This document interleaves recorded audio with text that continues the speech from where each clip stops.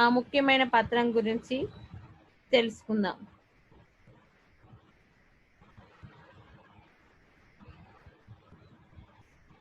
Memorandum of association, సంస్థాపన పత్రము.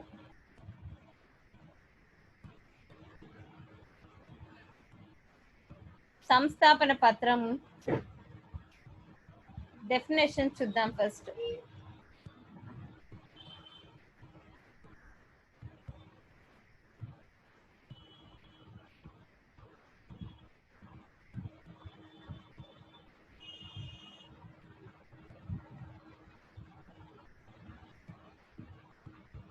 Memorandum of Association is one of the document which has to be filled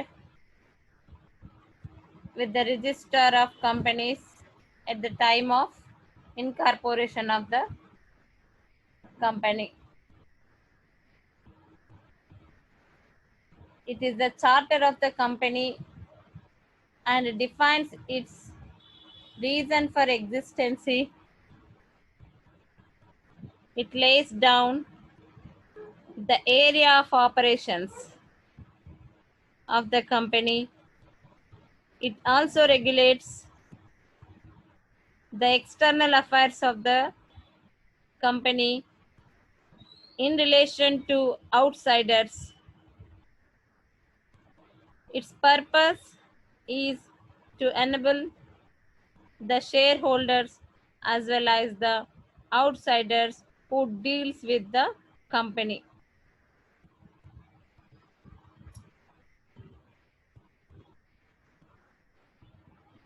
to know what the permitted range of the enterprise. It shows the object of the formation of the company. It limits the area beyond which the actions of the company cannot go. Okay. సంస్థాపన పత్రం అనేది company యొక్క ముఖ్యమైన పత్రం. ఇందులో company యొక్క ముఖ్యమైన అంశాలను గురించిన వివరాలను తెలియచేయడం జరుగుతుంది. కంపెనీ స్థాపనకు సంబంధించిన వివరాలను దీంట్లో తెలియజేస్తాం. అంటే కంపెనీ పేరేంటి, కంపెనీ ఏ స్థలంలో ఉంటుంది, కంపెనీ లక్ష్యం ఏంటి, కంపెనీ మూలధనం ఎంత, ఇలా ముఖ్యమైన విషయాలను దీంట్లో మనము చెప్పటం జరుగుతుంది. Next, importance or significance of memorandum of association. In this, the first one is, it is an essential document. Already we discussed about this. It is a very important and it is the first document of the company. Okay.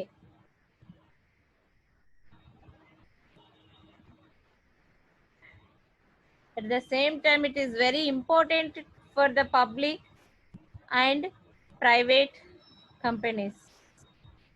Without a memorandum of association, a company cannot be registered. When the company wants to become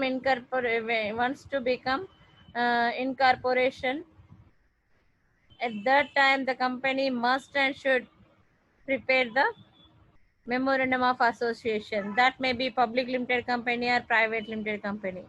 Why? Because every company has to give the information to the public what is going on in the company, why it is formed. Okay, what is the main objectives, what is the range of the company. Okay, then why the company formed. So the second point is, it acts as a guideline for outsiders. It acts as a guideline for outsiders. Memorandum of Association provides detailed information about the company, like its financial capacity, aims objectives, name of the company, registered office, capital, address, and the other important issues in the memorandum of association. So it is very important document for the company. It acts like a guide. What you want to know about the company, you can get that information from the memorandum of association. Okay. When any person or any company or any other wants to know about the company, that may be outsiders or shareholders, anyone, they can know the information, complete detailed information about the company by go through the memorandum of association. That's why we can say that it is a guide. It acts as a guideline for outsiders. Then third point is it outlines the limits of the company's activities. Limits of the company's activities. It means the memorandum of association defines the nature and the functions of the business, and a company performs operations according to it. So here every company designs the memorandum of association. So after that the company is following that rules. So what are the operations it planned, that we can know in this memorandum of association. A company cannot perform operations beyond the scope of memorandum of association. That's why it is very important. That's why we can say that it outlines the limits of the company's activities. Beyond the memorandum of association, there is no scope to do the activities. That's why it is very important document. It gives the limits for the company's activities. Okay. Then it presents company's picture to the outsiders. It presents company's picture to outsiders. బయట వ్యక్తులకి కంపెనీకి సంబంధించిన పూర్తి వివరాలను ఈ ఒక్క పత్రంలో చూస్తే సరిపోతుంది, మనకు తెలిసిపోతుంది. బయట వ్యక్తులకు కంపెనీకి సంబంధించిన పూర్తి సమాచారం ఈ ఒక్క పత్రంని చూడటం వల్ల తెలిసిపోతుంది. అంటే ఇది ఏం చేస్తుంది, అంత పెద్ద కంపెనీని ఒక చిన్న పత్రం రూపంలో చూపించేస్తుంది అని అర్థం. That's why we can say that it shows the picture of the company. మొత్తం కంపెనీ యొక్క అన్ని వివరాలు దీంట్లో ఉంటాయి. Simply we can understand about the company by seeing the memorandum of association. Okay, this is the very important document. Why? Because it is how we can say it is very important document means it is an essential document. It has a guidelines for the outsiders. It acts as a guidelines for the outsiders. It outlines the limits of the company's activities. It presents the company's picture to outsiders. Okay. ఇప్పుడు మీకు కంపెనీలో సంస్థాపన పత్రంకి ఎంత ప్రాముఖ్యత ఉంది అనేది అర్థమైపోయి ఉంటుంది. That's why we can say that it is very important document. ధ్యేయాల క్లాజులో మార్పులు ఆల్రెడీ నేను మీకు చెప్పాను. ఆబ్జెక్ట్ క్లాజ్, ధ్యేయాల క్లాజ్ అనేది చాలా ముఖ్యమైన క్లాజ్ అని. ఇందులో మార్పులు చేయటం కూడా అంత సులభం కాదు. ఎలా మనం చేయొచ్చు అనేది చూద్దాం. ఓకే, ధ్యేయాల క్లాసుని మార్చాలి అంటే అనేక నియమ నిబంధనల్లో పాటించాల్సి ఉంటుంది. అవేంటంటే ఫస్ట్ వన్, వ్యాపారాన్ని మరింత ఆదాపూర్వకంగా మరియు మరింత సమర్థవంతంగా చేయాలనుకున్నప్పుడు మనం మార్పు చేస్తాం. మళ్ళీ ప్రధాన ఉద్దేశాలను కొత్త లేదా మరింత మెరుగైన పద్ధతుల ద్వారా సాధించుకోవాలనుకున్నప్పుడు.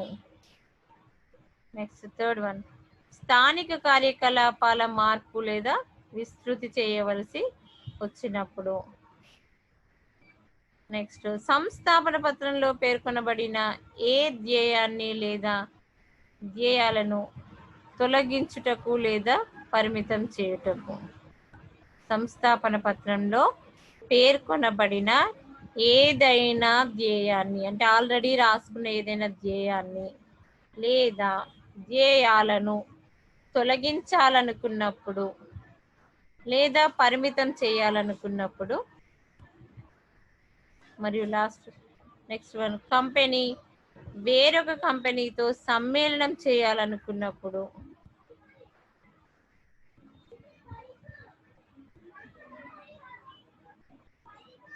కంపెనీ చేపట్టిన దానిలో కొంత భాగాన్ని లేదా సంపూర్ణంగా అమ్ముటకు లేదా తీసివేయటానికి.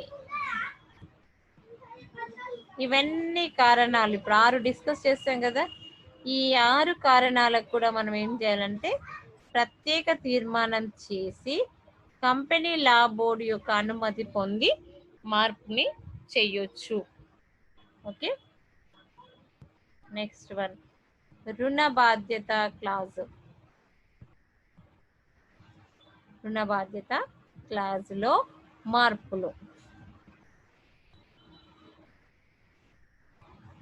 రుణ బాధ్యతలో మనం ఏం చేస్తున్నాం, సభ్యుల యొక్క రుణ బాధ్యత ఎలా ఉంటుంది అనేది తెలియజేసుకుంటున్నాం కదా.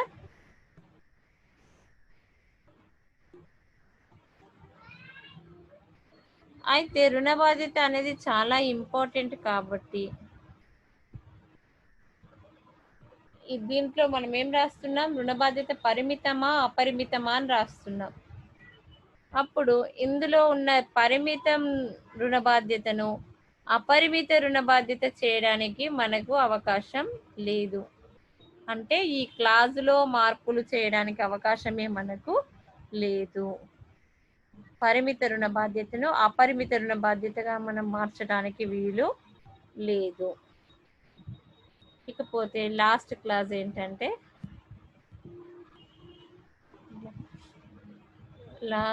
నెక్స్ట్ క్లాస్ మూలధన క్లాజ్లో మార్పులు. మూలధనం క్లాజ్లో మార్పులు కొన్ని విషయాల్లో మాత్రం చేయగలుగుతాం. ఏంటంటే అది వాటా మూలధనాన్ని పెంచాలనుకున్నప్పుడు, వాటా యొక్క మూలధనం విలువను పెంచాలనుకున్నప్పుడు. రెండవది, పూర్తిగా చెల్లించబడిన వాటాలను స్టాక్గా మార్చాలనుకున్నప్పుడు. పూర్తిగా చెల్లించబడిన వాటాలను స్టాక్గా మార్చాలనుకున్నప్పుడు. నెక్స్ట్ వన్, వాటాల రద్దు మొదలైన నిర్ణయాలను తీసుకోవాలనుకున్నప్పుడు మూలధన క్లాజుల్లో మార్పులు చేయొచ్చు.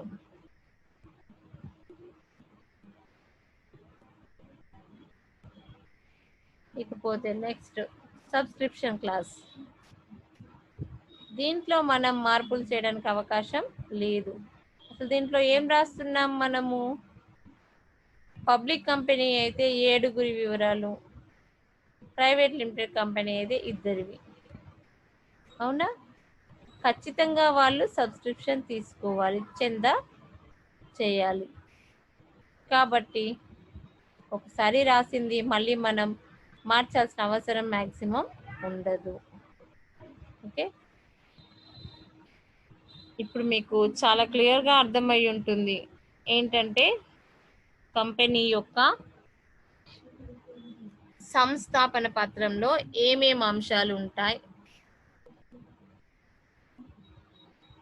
వాటిని ఏమంటాం, అందులో ఏం రాస్తున్నాం, దానికి ఉన్న ప్రాధాన్యత ఏంటి, ఈ అంశాలతో పాటు ఆ క్లాజుల్లో ఉన్న అంశాలని మార్చే అవకాశం ఉందా లేదా, ఉన్నట్లయితే ఏ విధంగా మనం వాటిని మార్చొచ్చు, అనే విషయాలను చాలా క్లియర్గా తెలుసుకున్నాం కదా. మళ్ళీ ఒక్కసారి సంస్థాపన పత్రం అంటే ఏంటి, అందులో ఉండే క్లాజులు ఏంటి అనేది జస్ట్ ఒక 2 సెకండ్స్ చెప్పుకుందాం. ఏంటది? సంస్థాపన పత్రం అనేది కంపెనీకి రాజ్యాంగం వంటిది. కంపెనీ యొక్క ముఖ్యమైన వివరాలను తెలియజేసే అత్యంత ముఖ్యమైన, అతి ప్రధానమైన, మొట్టమొదటిగా తయారు చేయవలసిన పత్రం సంస్థాపన పత్రం. ఇందులో మనకి మొత్తం 6 క్లాజులు ఉంటున్నాయి. ఒకటి నామధేయపు క్లాజు, రెండవది సిచ్యువేషన్ క్లాజ్, కంపెనీ యొక్క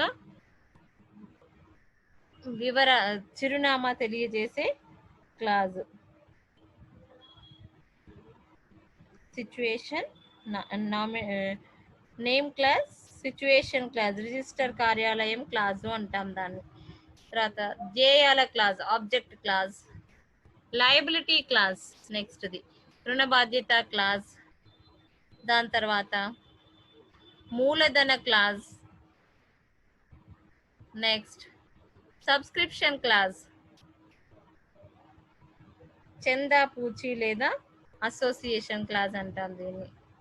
ఓకే, మ్యాక్సిమం వీటిని మార్చడానికి అవసరం లేకుండా ఉండే విధంగా ఒకసారి తయారు చేసినామంటే అది చాలా కాలం వరకు మార్పులు చేయడానికి అవసరం రాకుండా ఉండే విధంగా 1కి 10 సార్లు ఆలోచించి ఈ పత్రాన్ని తయారు చేయాలి. అందుకే దీన్ని మనము అత్యంత ప్రధానమైన పత్రము అంటున్నాము. రిజిస్టర్కి సమర్పించాల్సిన అన్ని పత్రాలలోకెల్లా ప్రధానమైన పత్రము, మొట్టమొదటి పత్రము. కాబట్టి బాగా ఆలోచించి సరైన వివరాలను మాత్రమే దీంట్లో రాయాలి. ఎలాంటి తప్పులు లేకుండా, ఎలాంటి ఇబ్బందులు లేకుండా దీన్ని తయారు చేయాలి. ఈ సంస్థాపన పత్రంలో మళ్ళీ అత్యంత ముఖ్యమైన క్లాజ్ ఏంటి మనకి? ఆబ్జెక్ట్ క్లాజ్, ధ్యేయాల క్లాజ్. ఓకే, ఎందుకు ధ్యేయాల క్లాజ్ అంటే ఇందులో మనం ఏం చేస్తున్నాం? కంపెనీ యొక్క ముఖ్యమైన విషయాలను తెలియజేస్తున్నాం కదా. ఓకే, దీంతో సంస్థాపన పత్రం గురించి మనం క్లియర్గా తెలుసుకున్నాం కదా. నెక్స్ట్ క్లాస్లో ఇంకొక పత్రం గురించి తెలుసుకుందాం. Thank you for watching this. Thank you very much. Okay, ఇదే విధంగా మనం మళ్ళీ నెక్స్ట్ క్లాస్లో కంపెనీ తయారు చేయవలసిన, నమోదు సమయంలో కంపెనీ తయారు చేయాల్సిన ఇంకొక ముఖ్యమైన పత్రం గురించి మనం తెలుసుకుందాం. ఓకే.